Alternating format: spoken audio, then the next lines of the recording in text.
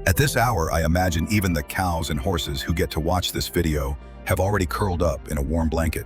So why not cross your legs, relax, and join us in watching this peaceful journey into wilderness shelter building. It just might be the cure to late-night insomnia. I guarantee, after watching, you'll sleep soundly till dawn. Every August morning, Tiezhu heads deep into the wild for a bit of peace and solitude. There's not a soul around, no human voices, not even the sound of birdsong. Just 3 crooked trees standing like sentinels. It's here that Tiezhu makes a bold decision to turn this forgotten corner of nature into a livable home.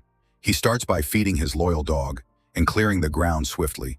Scattered around are old wooden stakes, remnants of a past long gone, surprisingly well preserved. They're now treasures for construction.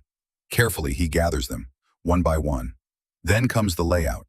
He sharpens one end of the sticks and drives them into the earth, outlining the shelter's foundation. These heavy wooden poles will become the walls, but moving them isn't easy. Tiezhu takes his time. For the uneven terrain, he fills gaps with stones. Slowly, the walls rise, and the foundation markers become reinforcements. Using a nearby big tree as support, he leans a few smaller sticks against it to form a roof frame.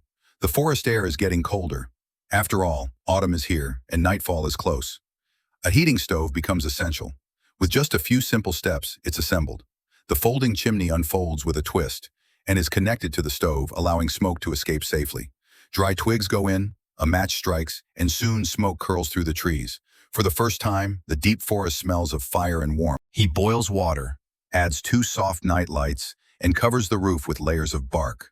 Though rough and irregular when laid together, the bark forms a surprisingly good shield from wind and rain. Darkness deepens, and for safety he stops construction. Tiezhu spreads a blanket on the ground for him and the dog. After a sip of warm tea, he falls asleep peacefully.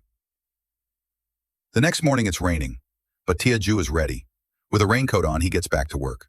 First he fixes the leaking roof, then spreads dead leaves over it for extra waterproofing and insulation. Gaps in the walls are stuffed with leaves for a tight seal.